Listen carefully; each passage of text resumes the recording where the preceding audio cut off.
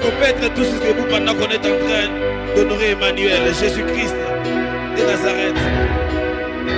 Pendant que nous sommes en train de bénir le Seigneur, nous honorons Dieu pour la vie de son serviteur qui est en train de s'approcher pour nous apporter la parole du Seigneur. Est-ce qu'on peut acheter des cris de joie pour la gloire de Dieu? Est-ce que ça peut monter? Ça peut monter. Nous sommes en train de célébrer le Seigneur. Alléluia.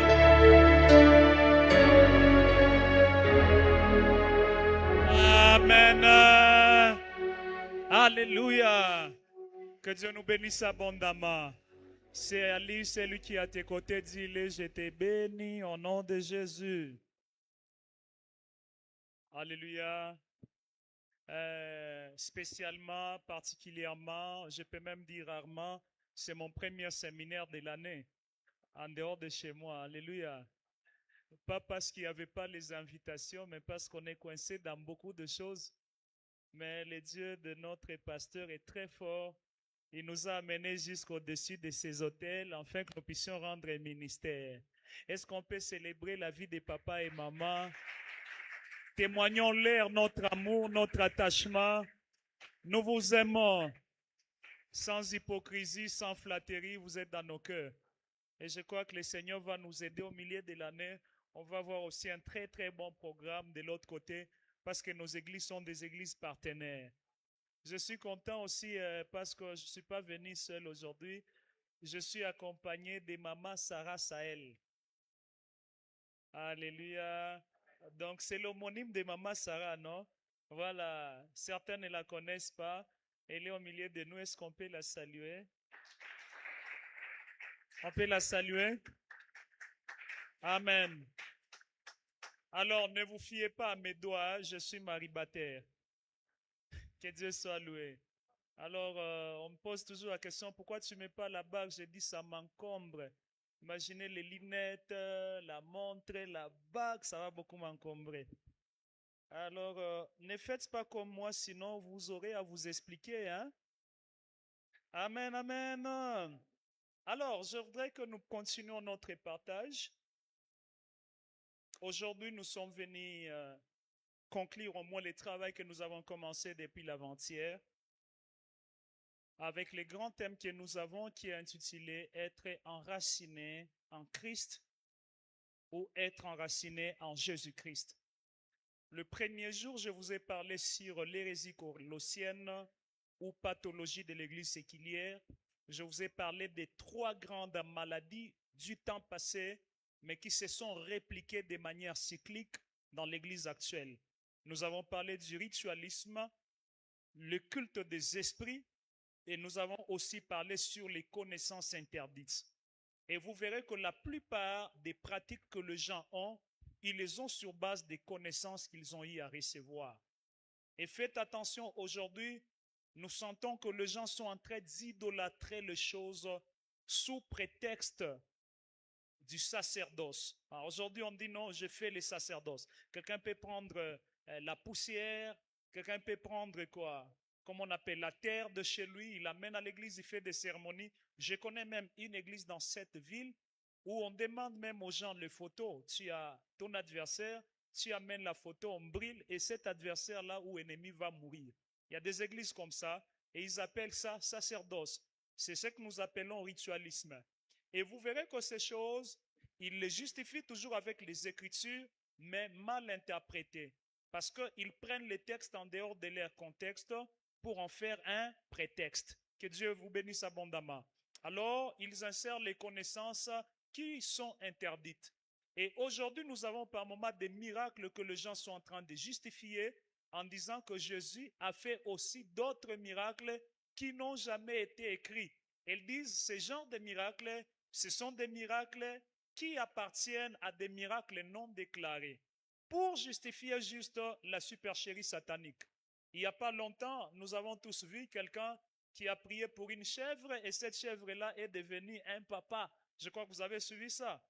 Vous avez suivi? Et oui, il y a quelqu'un qui a prié pour une chèvre et la chèvre, une dame est entrée en disant que mon mari s'est transformé en une chèvre. Et après la prière, la chèvre est devenue un gros monsieur là. Et je me pose la question, juste une analyse. Il n'est pas interdit d'analyser. Je me pose la question, Quand il a mené la chèvre, la belle famille était où? La famille de l'homme était où? Alors ça, ce sont des questions hypothétiques que nous pouvons nous poser. Alors aujourd'hui, nous allons parler sur la puissance de l'arbre inversé. On peut dire ensemble la puissance de l'arbre inversé. Dites-le encore plus fort.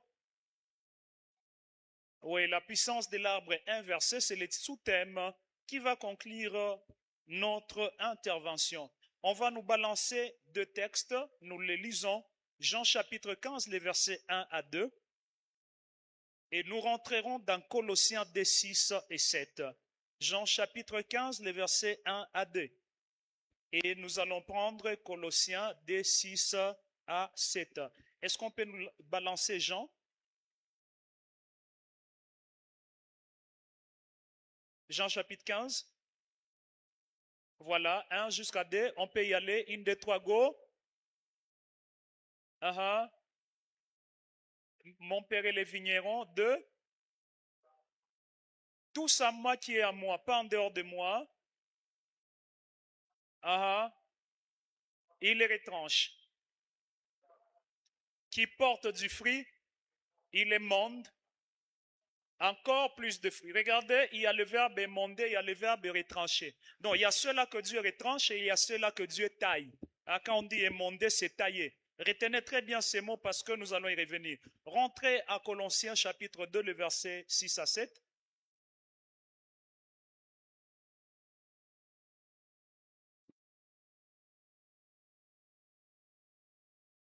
Voilà. Ainsi donc, comme vous avez reçu le Seigneur Jésus-Christ, marchez en lui. 7. Étant enraciné et fondé en lui et affermi par la foi d'après les instructions qui vous ont été données et abondé en actions de grâce. Acclamons la lecture de la parole. Je vais vous parler ce soir sur les principes de l'arbre inversé. Et les deux textes que nous venons de lire, ce sont des textes conjoints parce qu'ils sont en train de parler juste de l'arbre. Le premier texte, c'est le Seigneur Jésus-Christ qui est en train de faire des déclarations très fortes et je peux même dire très dures. Il dit ceci, je suis le cep et mon père est le vigneron. S'il y a une branche qui ne porte pas de fruits, directement cette branche-là va être coupée. Mais s'il y a une branche qui porte des fruits, cette branche-là, cet arbre-là va être émondé afin que ça porte de fruits en abondance. Et c'est là que je vais d'abord vous pousser à comprendre une chose. La force de l'arbre, c'est sa fondation. Et la fondation de l'arbre, c'est ce que nous appelons le racine. Et vous allez voir que les racines ne se trouvent pas au niveau de la surface. Ça ne se trouve qu'au niveau de la profondeur. Et vous allez voir aussi, tout celui qui fait la maçonnerie connaît ces principes. Même si le terrain est stable, lorsque vous voulez commencer à travailler, vous commencez d'abord par creuser. Vous ne regardez pas à la beauté du terrain, mais vous devez d'abord creuser. Je vais dire ceci à quelqu'un. Même si tu as un caractère que les gens sont en train d'apprécier, le Père doit creuser en toi avant de jeter les fondements. Parce qu'aucun homme ne peut être sauvé par l'éducation de sa famille. Aucun homme ne peut être sauvé par le savoir-vivre. Le savoir-vivre, c'est comme un terrain bien aplani. Tout le monde, quand il regarde, ils vont apprécier, c'est un bon terrain. Ce n'est pas un terrain à risque, mais cela ne suffit pas pour ton salut. C'est pourquoi vous analyserez même très bien les Écritures. Est-ce que vous savez que sur toute espèce de sacrifice, il y avait un sacrifice que Dieu n'agréait jamais? Posez-moi la question, laquelle? Ou lesquels? C'est un sacrifice. Lesquels? C'était le sacrifice du miel. Dieu n'agréait jamais le miel sur l'autel. Vous savez pourquoi? Le miel est très bon dans la bouche, mais lorsqu'il est jeté sur le feu, le miel sent très mauvais. C'est pour vous dire ceci, peu importe votre bon caractère, peu importe votre réputation, cette réputation-là ne peut pas être un sacrifice pour vos propres péchés. Une fois que votre réputation monte sur l'autel de la justice de Dieu, elle devient directement une abomination. C'est une mauvaise odeur.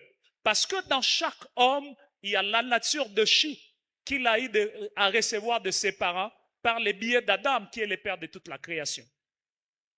Quelqu'un m'entend très bien? La notion de la fondation, c'est une notion très forte parce que ce qui te porte va déterminer où tu vas aller. Vous ne verrez jamais un arbre qui pousse en hauteur sans une bonne fondation. Et c'est la raison pour laquelle vous verrez que notre Dieu n'est pas seulement un Dieu créateur, mais il est aussi un Dieu correcteur de fondements. Tout ce qu'on appelle Nouvelle Jérusalem, c'est la correction de la fondation. Parce que lorsque le péché est entré dans le monde, le péché a ébranlé les fondements. Imaginez qu'un mal que l'homme a commis, la Bible déclare, la terre va te produire même des pines et des ronces. Et je me pose la question, quel dégât? Donc la chute de l'homme était tellement très grande, au point que sa propre chute est allée rendre rebelle même les choses qui étaient soumises à son pouvoir. Je vais dire ceci à quelqu'un. Ta relation avec Dieu peut être une unité de reproduction autour de toi. Il est de ces choses-là que nous sommes en train de chercher, mais en réalité, cela est caché dans notre bonne relation avec le Seigneur. Parce que avant que l'homme ne puisse tomber dans le péché, rien n'était rebelle. Mais le jour où l'homme est tombé dans le péché, tout est devenu rebelle à l'homme. Et c'est là que je me suis dit, les fondements de la création n'étaient pas seulement des fondements scientifiques, c'était des fondements spirituels. Parce que le péché a affecté à l'esprit, tout ce qui est spirituel devait se retirer de la création. Et directement, toute la création a été soumise à la vanité. Suivez-moi très bien, je sais où je vous amène. Alléluia, alléluia. Mais regardez, je vous parle bien de la fondation comme étant la racine.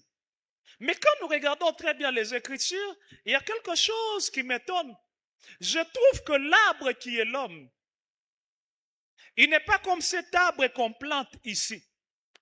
L'homme chrétien, c'est l'arbre inversé. Il ne tire pas ses racines dans la terre. Il tire ses racines dans les cieux.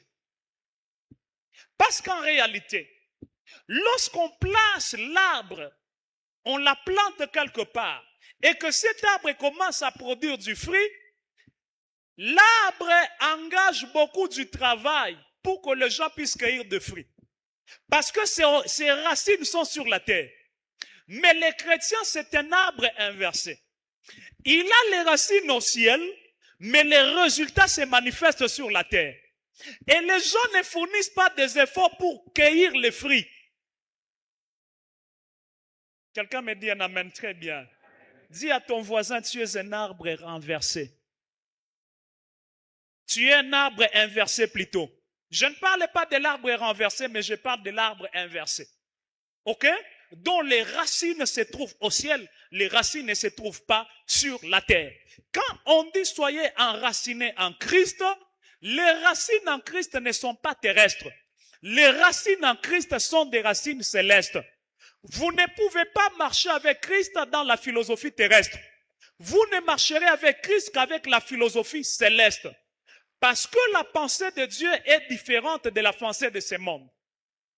Quand j'analyse le monde tel qu'il se présente, il y a trois choses majeures qui nous déracinent en ces jours. La première des choses, c'est le matérialisme.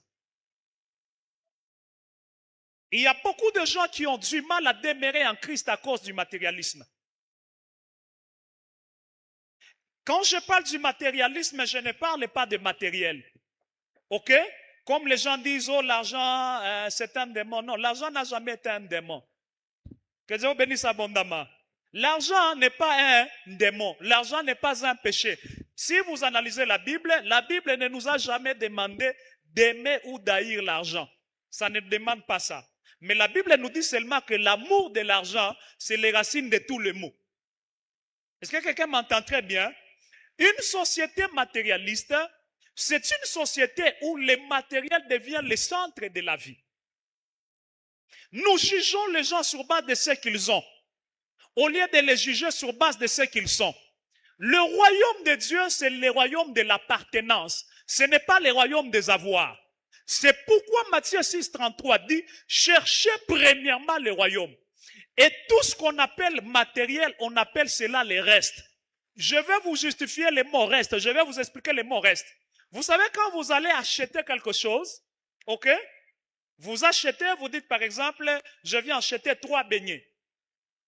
Après les 3 beignets, la dame auprès de qui ou le monsieur auprès de qui vous avez acheté les beignets, il vous dit, attendez, je vais vous donner un matabisi. En réalité, le prix n'a jamais dépassé l'achat. Est-ce que quelqu'un m'entend très bien? Mais dans le monde matérialiste, les gens courent derrière les surplus au lieu de courir derrière ce qui est acheté. Et c'est la raison pour laquelle il y a des gens qui servent Dieu, qui sont dans l'église, parce qu'ils sont matérialistes, les racines en Christ n'est plus efficace. Qu'est-ce qui fait qu'aujourd'hui, quand l'église n'a pas de chaises VIP, il y a une classe que vous ne verrez pas? Qu'est-ce qui fait que si le pasteur n'est pas véhiculé, il y a des gens que vous ne verrez pas à l'église? Parce que nous sommes dans une société matérialiste. Et par moments, nous jugeons la profondeur, nous jugeons la grandeur de l'homme de Dieu sur base de ce qu'il a, au lieu de les juger sur base de ce qu'il est. Dis à ton voisin, vois ce que j'ai et non pas, vois ce que je suis et non pas ce que j'ai. Répète-le encore.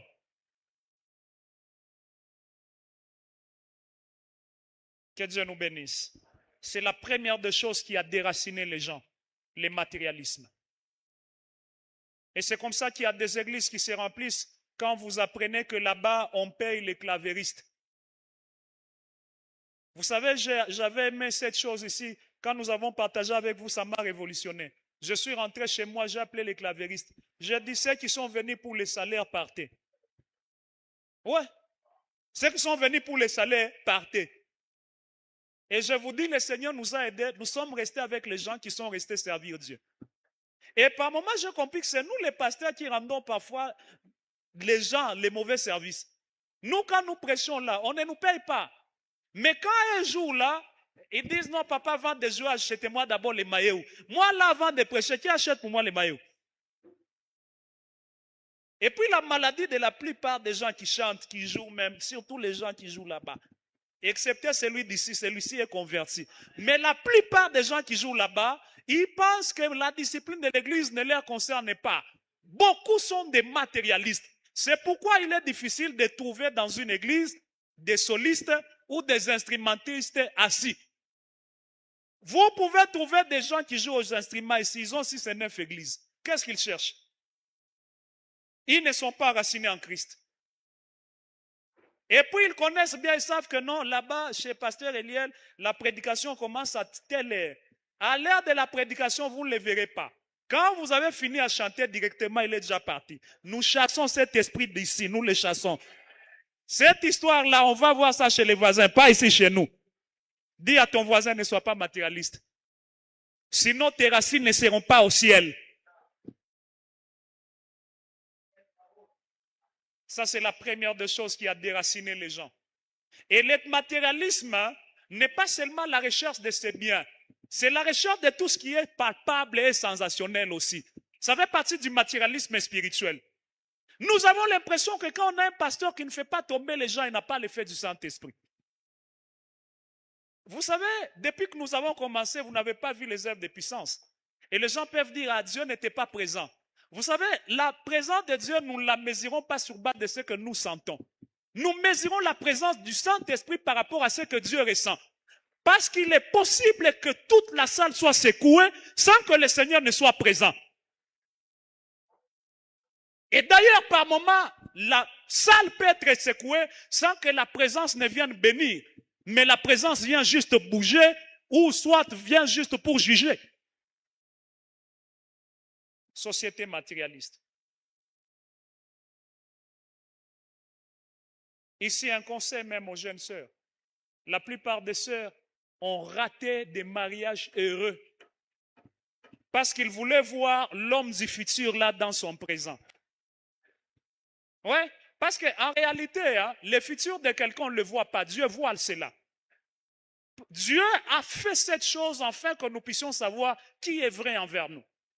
Si Dieu pouvait révéler la grandeur de tout le monde, il y a des gens qui nous aimeraient d'une manière hypocrite. C'est pourquoi les hommes grands, Dieu a voilé leur grandeur.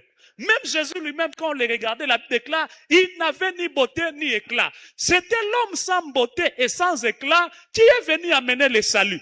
Laissez-moi vous dire, la présence de Dieu, par moments, elle est cachée là où il n'y en a même pas l'air. Deuxième chose que j'ai trouvé qui a déraciné les gens.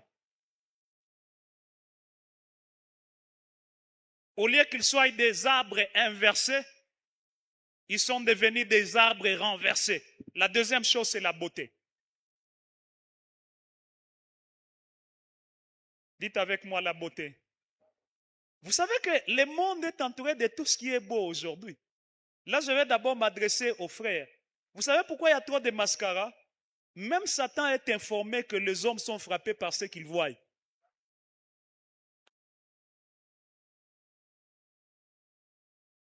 Papa, j'ai dit faux. Même Satan sait que vous êtes frappés par ce qu'il voit. C'est comme ça que les industries de beauté. Et nous sommes maintenant dans une église où beaucoup de gens ne sont plus adorateurs de Christ. Ils sont devenus adorateurs de l'apparence.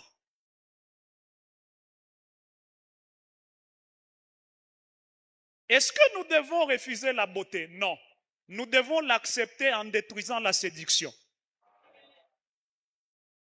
N'oubliez pas que lorsque Christ est venu sur la terre, Satan l'a présenté tout ce qui était beau.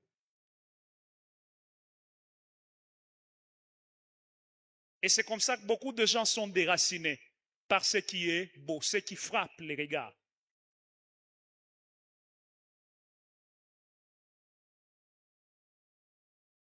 J'ai un ami, il a trouvé une femme là, tout ça. Je lui ai dit, mon cher, cette femme ici, tu vas mourir, même ton ministère, il n'y aura rien. Il me dit, prophète, pour te dire la vérité, je ne saurais pas l'abandonner. Je dis pourquoi? Il dit parce qu'elle est jolie.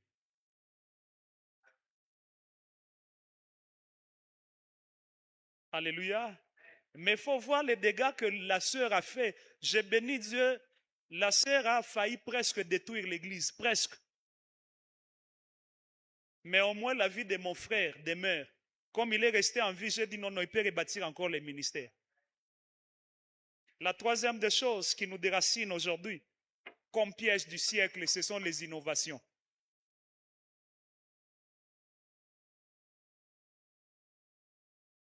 Aujourd'hui, nous sommes dans un monde où nous aimons faire les doigts comme ça. OK? Vous voyez, hein?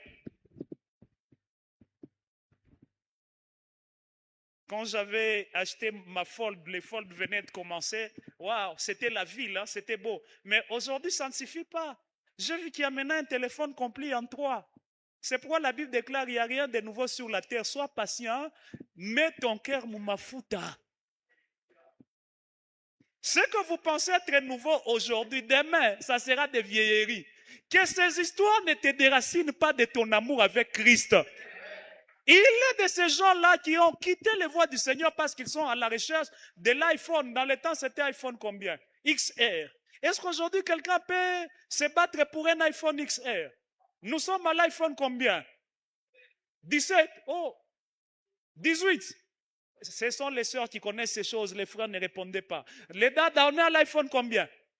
Voilà. Si c'est les sœurs, donc c'est vrai. Et d'ailleurs, l'importance de l'iPhone, moi je ne trouve même pas l'importance. Quand vous avez ce téléphone, vous devenez les photographes de l'église, c'est tout. Acclame le Seigneur des gloires.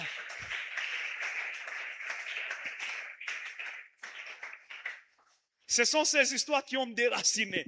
Tellement que les gens aiment ce qui est beau. Les gens aiment tout ce qui est innové.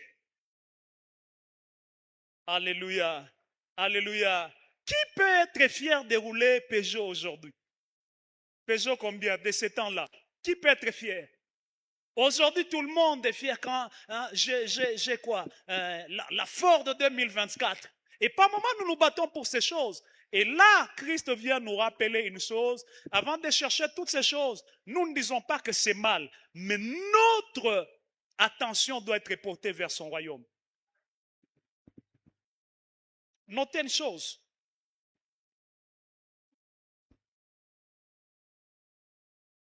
Être enraciné dans Christ, c'est inverser l'ordre des priorités. Vous ne pouvez jamais trouver quelqu'un qui est enraciné en Christ qui a les mêmes ordres de priorités. Jamais. Sur vos échiquiers de valeurs, vous devez changer les données. C'est ce que Philippiens chapitre 3, les versets 7 à 8 nous dit. Il dit, ce que je trouvais comme étant important, à cause de la beauté de cette révélation de Christ, je commence à considérer cela comme de la boue. Vous savez, dans les principes spirituels, il y a des autels qui ne peuvent jamais cohabiter. Vous ne pouvez jamais prendre le choses de ce monde, les mêler ensemble avec les vérités du royaume. Il y a toujours une chose qui doit surpasser l'autre. C'est pourquoi l'ordre du royaume est toujours inverse. Dans l'ordre du royaume, ce monde, celui qui est grand doit être au-dessus en train de diriger.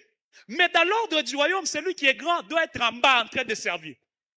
Dans l'ordre du royaume, c'est le dernier qui sera le premier. Mais dans l'ordre de ce monde, ce n'est pas le premier qui va être dernier ou le dernier qui va être premier. Vous n'avez pas croisé le véritable Christ si vous n'avez pas changé de valeur.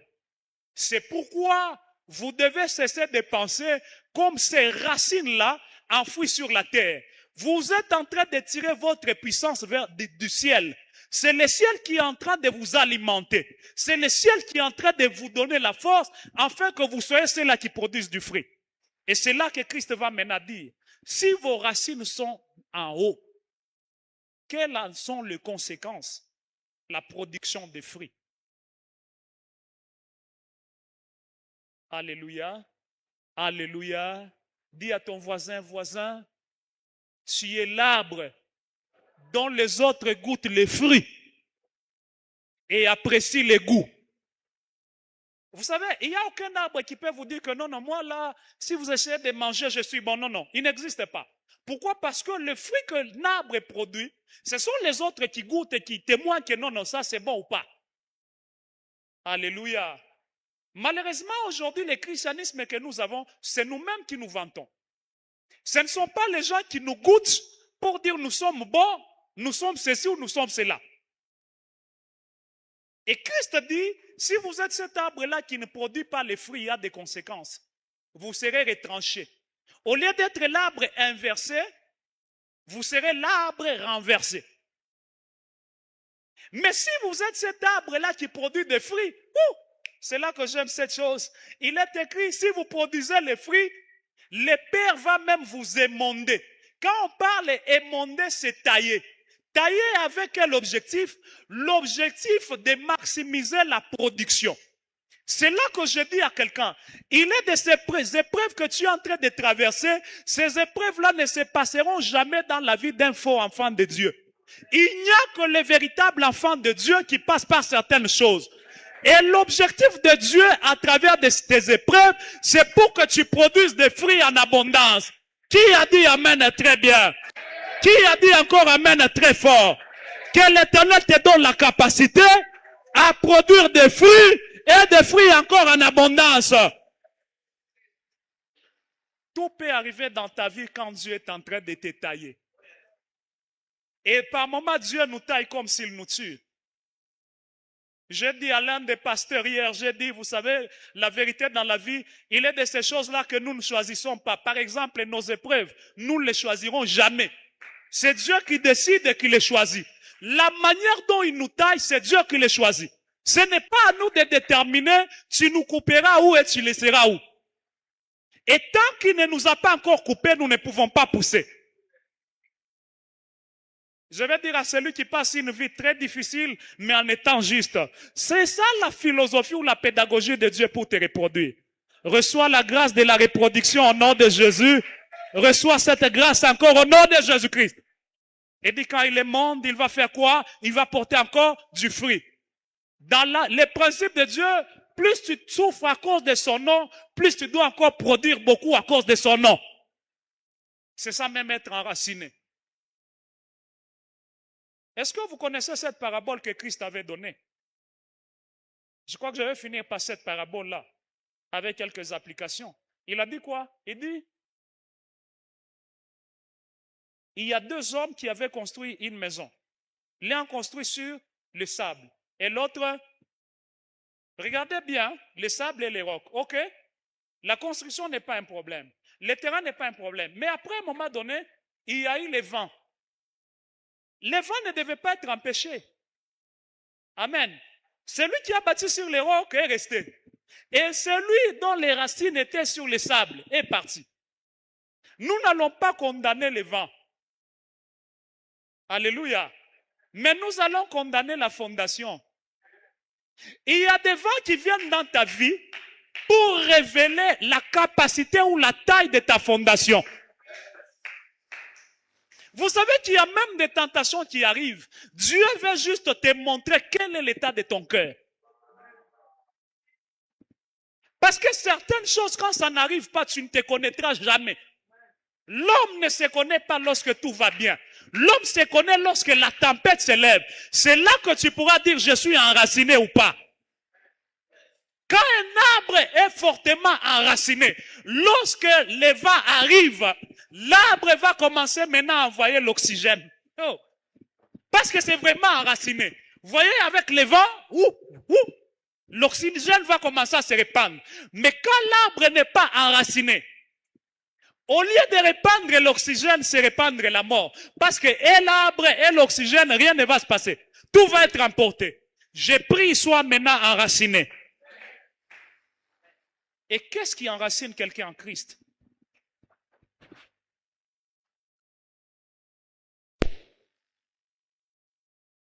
Oh, qu'est-ce qui enracine quelqu'un en Christ? Ça va paraître banal, hein, mais c'est vrai. L'oreille.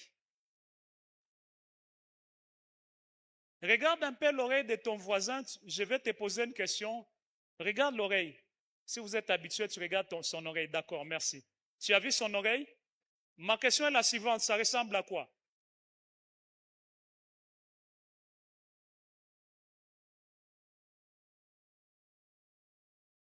Bon, ok. Si ça vous gêne, regardez mon oreille. Moi, c'est gros, hein? Tous les oreilles du monde, sans exception, ressemblent à un embryon. Quand vous regardez l'oreille, vous avez l'impression que c'est un bébé. C'est pour vous dire, faites attention, ce que vous écoutez, c'est ce que vous allez mettre au monde.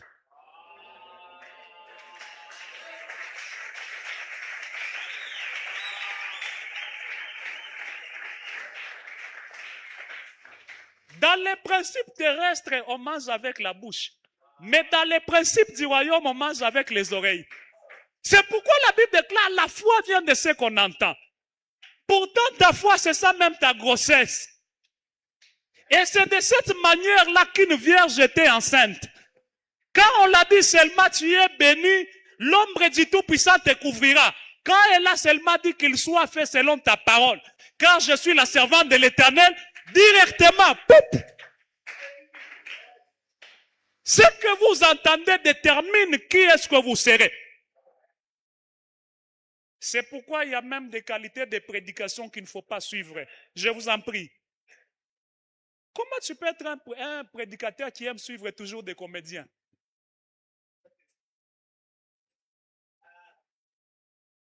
Hein? Tout ce qui est comique là, c'est... Il a vu les voisins là. Non! Dis à ton voisin, mes oreilles ne sont pas une poubelle. Je dois sélectionner qu'est-ce que je dois entendre. Est-ce que vous savez que les femmes aiment trop entendre? Hein? C'est pourquoi l'Église, en tant qu'épouse de Christ, quand Christ partait, qu'est-ce qu'il a fait? Il a dit ces gens doivent survivre par quelque chose, la parole. Deuxième chose qui nous enracine,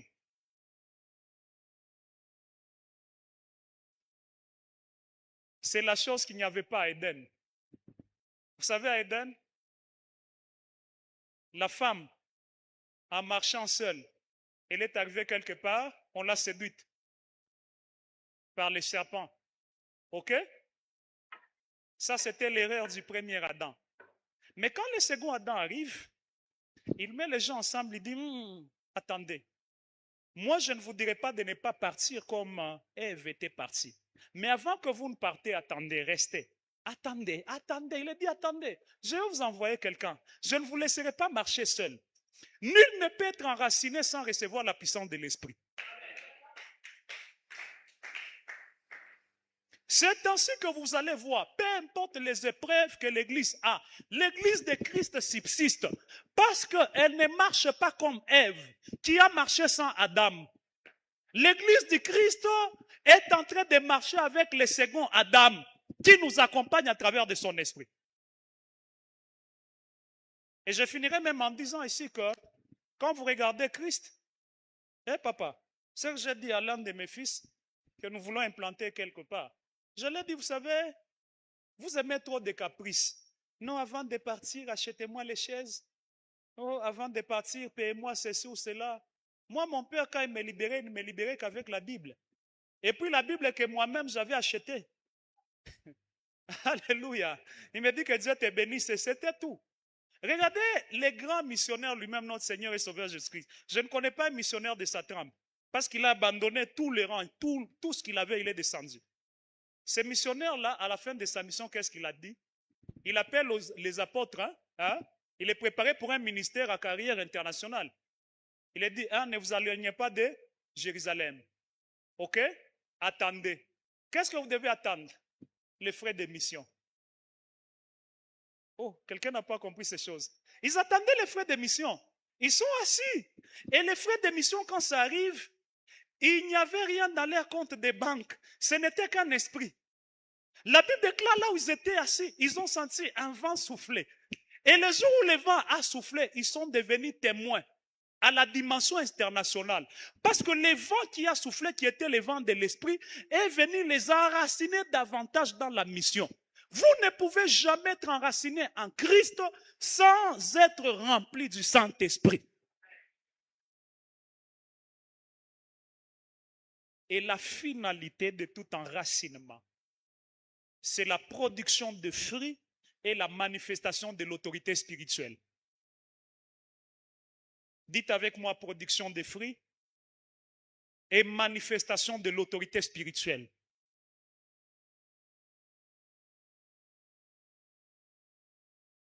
Alléluia. Alléluia. Vous ne verrez jamais quelqu'un qui est enraciné en Christ qui ne produit pas les fruits. Vous ne verrez jamais quelqu'un qui est enraciné en Christ qui ne manifeste pas l'autorité spirituelle. Impossible. Et cette autorité, il la produit pourquoi? Parce qu'il est un arbre inversé. Il tire la force à partir du trône de Dieu et il communique cette force dans sa société. J'ai pris que tu sois cette personne-là qui tire la puissance du monde de Dieu et tu la communiques tout autour de toi. Celui qui a dit Amen, il est déjà affecté. Celui qui a dit Amen, il est déjà impacté. Tu vas être une vase qui va commencer à communiquer la puissance de Dieu dans ton quartier. Tu vas être une vase qui va commencer à communiquer la puissance de Dieu dans ton environnement. Parce que tu ne dépends pas de ces gouvernements. Il y a une force qui vient là-bas et qui t'arrose. Celui qui dit Amen, il y a une force qui descend, qui est en train de l'arroser, afin d'être un distributeur de la puissance de Dieu.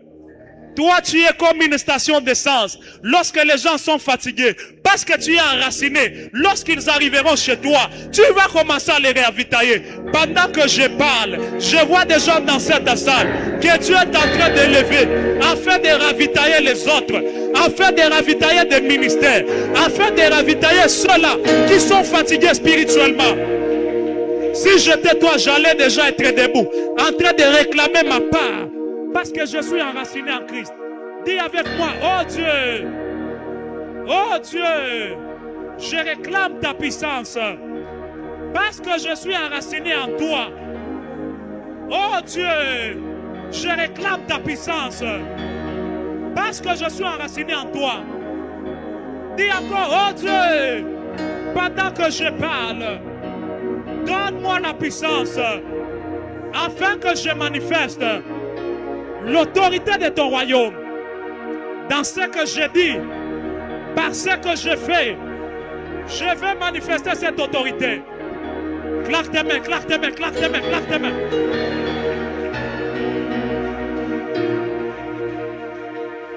Claque tes mains, claque tes mains, claque tes mains. Prions, prions, prions, prions. Réclame l'autorité.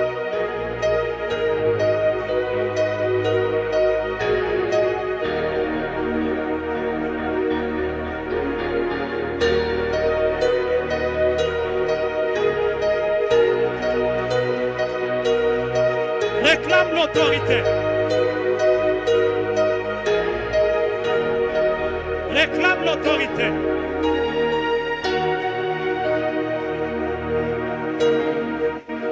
Prie, prie, prie, prie, prie. Kayabase abaya shata. Egayabashite abaya deka. Merci Seigneur. Merci Seigneur. Merci Seigneur. Merci Seigneur. Parce que je suis enraciné en toi, je réclame l'autorité. Je réclame l'autorité. Je réclame l'autorité. Écoute-moi. Nous allons faire 2 prières qui sont hautement prophétiques. Amen. La première prière que nous allons faire, nous allons dire à Dieu, nous repoussons tout vent qui vient nous déraciner. Alléluia. Un jour, je prophétisais sur quelqu'un, je lui ai dit, je te vois quitter ton pasteur. Il me dit devant les gens sans effet. J'ai dit, oui, tu as déclaré avec foi sans effet, mais ça, ceci. La puissance qui te réclame là, elle est plus forte que ta volonté. Il y a des gens qui veulent être assis en Christ, mais les puissances qui les réclament là sont plus fortes qu'eux. Alléluia. J'ai un ami dont je mettais le nom. Il avait tellement brillé dans cette vie. On travaillait avec lui, on avait tous à peu près 15 ans dans les temps. Il était fort. Il est de la famille Tchombe, Moïse Tchombe. Les puissances l'ont réclamé. Pendant que je vous parle là, il est devin. Un prophète authentique. Maintenant que je vous parle là, il est devin. Alléluia. Il y a peut-être des puissances qui veulent te déraciner. Hein? Tu aimes tellement les pasteurs, mais tu ne sais pas ce qui te prend. Par moments, tu sens comme si c'est Dieu qui te révèle que ce n'est plus lui ton père. Tu sens même que c'est vraiment la révélation, mais qui ne vient pas de Dieu. Alléluia. Claque les mains, commence à chasser tout esprit qui veut te déraciner de la bonne adresse et du bon enseignement. Claque tes mains, prie.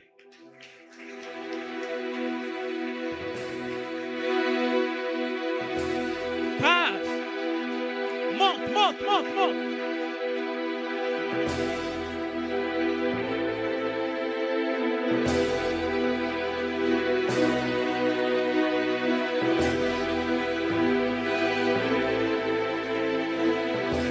Parle à Dieu, parle à Dieu, parle à Dieu.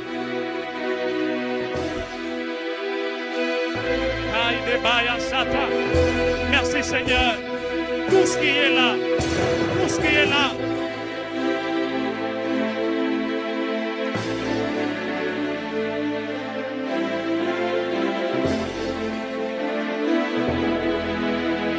Parle à Dieu, parle à Dieu.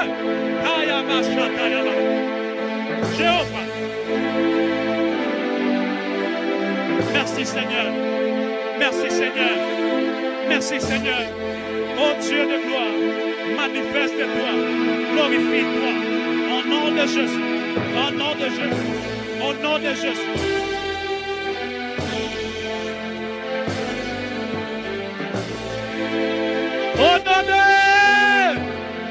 Honoré!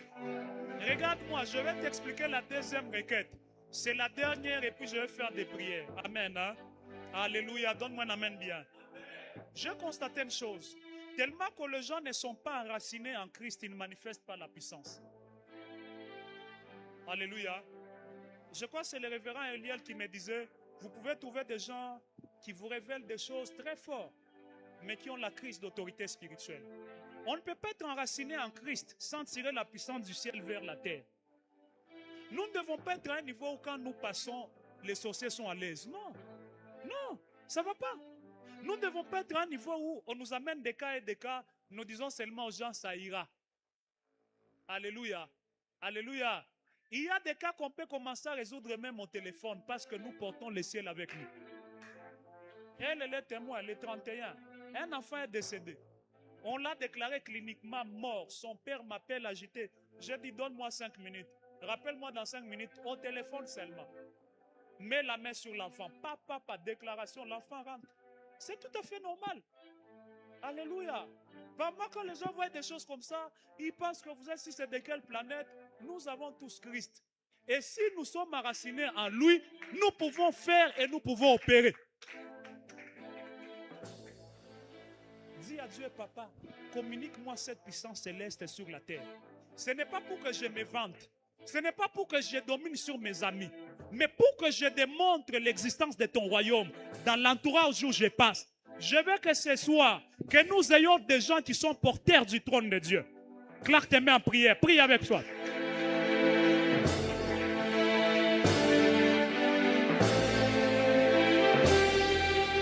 Prie avec toi.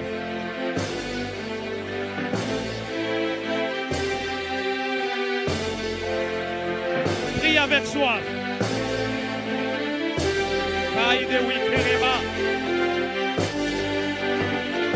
Je vois les choses, je vois des choses. Est-ce que tu peux monter? Je vois le Seigneur dans sa libéralité. Monte, monte, monte.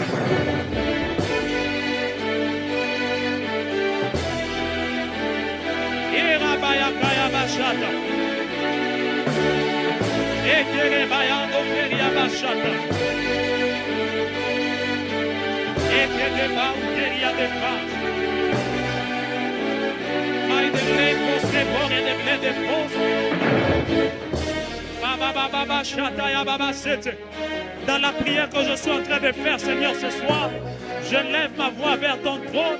Je refuse d'être la même personne, que je sois tellement enraciné au point de tirer la puissance qui est de ton royaume jusque sur cette terre.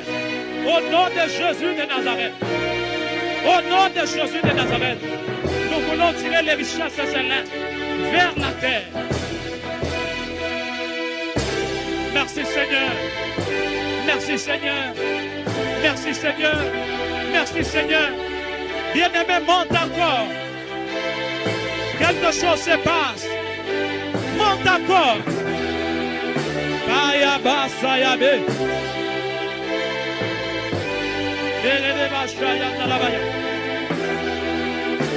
Et la béa s'oblige de vos. Rabaya de Kassava de Glose. Jésus. Jésus. Les guets de bas, de l'air et de gars. Et de bas ou de corps et de l'os. Baba Bayata Yabe Sayade. Merci Seigneur. Merci Seigneur. Merci Seigneur.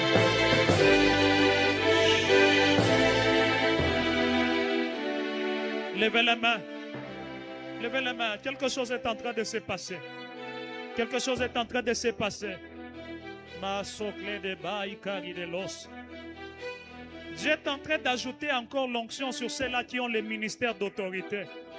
Oh, oh, ça va se passer dans moins de 2 minutes.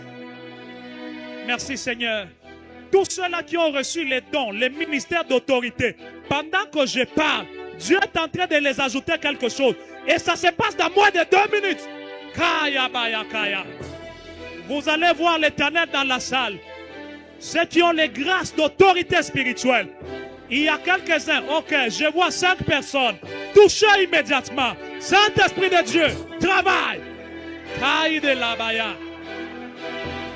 Ils sont appelés à la grâce d'autorité. Kasoblea.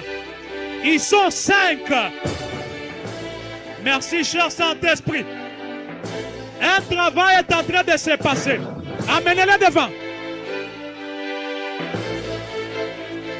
Je vis 5 personnes. Amenez-les devant, amenez-les devant. Merci, cher Saint-Esprit. Le Saint-Esprit est en train d'opérer dans la vitesse. Les gens sont en train d'être enracinés. Ils sont en train d'être enracinés. Dans les grâces d'autorité. Service de protocole, aidez-moi à compter. Ils sont 5. Si les 5 sont touchés, vous me dites. Amenez-les. Je vis 5 personnes avec la grâce d'autorité. Oh mon Dieu. Oh mon Dieu, merci Seigneur. Levez les mains. Père, merci. On ne peut pas être dans une grande assemblée comme ça sans voir de grandes grâces. Ok. Il y a 3 personnes encore pendant que je parle. Dieu les augmente en onction de la révélation. Ils sont 3. On va les toucher au même moment. Ils sont 3. Amenez-les. Keri de la Saya. Amenez-les. Kaya baba baba baba. Amenez-les. Nous ne pouvons pas être enracinés sans manifester la force de la révélation. J'ai bien vu 3. Kei de lebrado chata. Quelque chose se passe dans 3 mois de minutes. Que semble de vos. Mande que verre de clé. Levez les mains. Pendant que je parle, le royaume amène la guérison. Ceux qui ont la grâce de la guérison, pendant que je parle, l'Esprit vous ajoute l'onction. Il est là, il est là, il est là. Il est là. Et tous ceux qui marchent dans la guérison, pendant que je parle, ok, amenez-les, amenez-les. Saint-Esprit de Dieu, amène-les. Rebaya baba baba baba chata. Kible de voria sauvega. Merci Seigneur. Tenez-les fortement, amenez-les.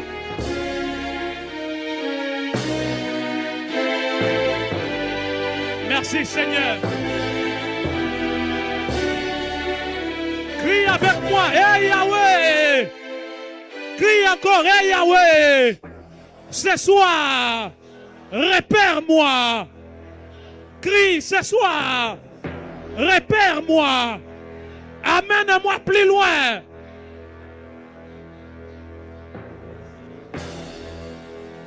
Tous ceux qui sont venus malades, levez les mains.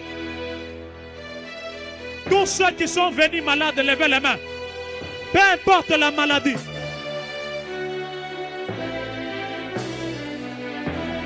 Tous ceux qui sont venus malades, levez les mains. Pendant que je parle, il y a la guérison qui descend. Nous sommes enracinés en Christ. Il y a la guérison qui descend dans la salle. Oh, oh, oh. Il y a la guérison qui descend. Elle est là, elle est là, elle est là, elle est là. Elle est là. Paille de go. Et chite périglé de vos.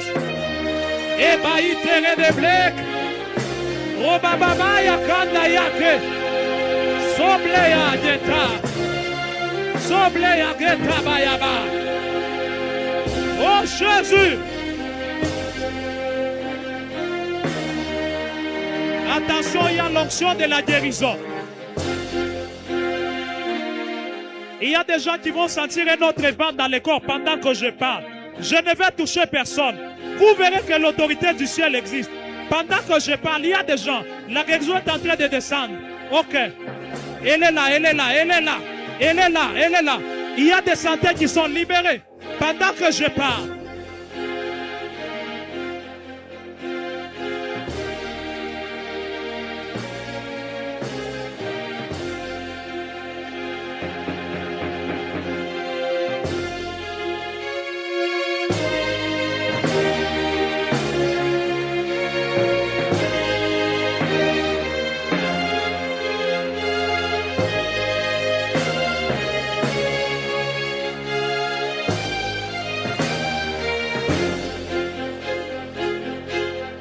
Tu as quelques 2-3 minutes. Est-ce que tu peux prier?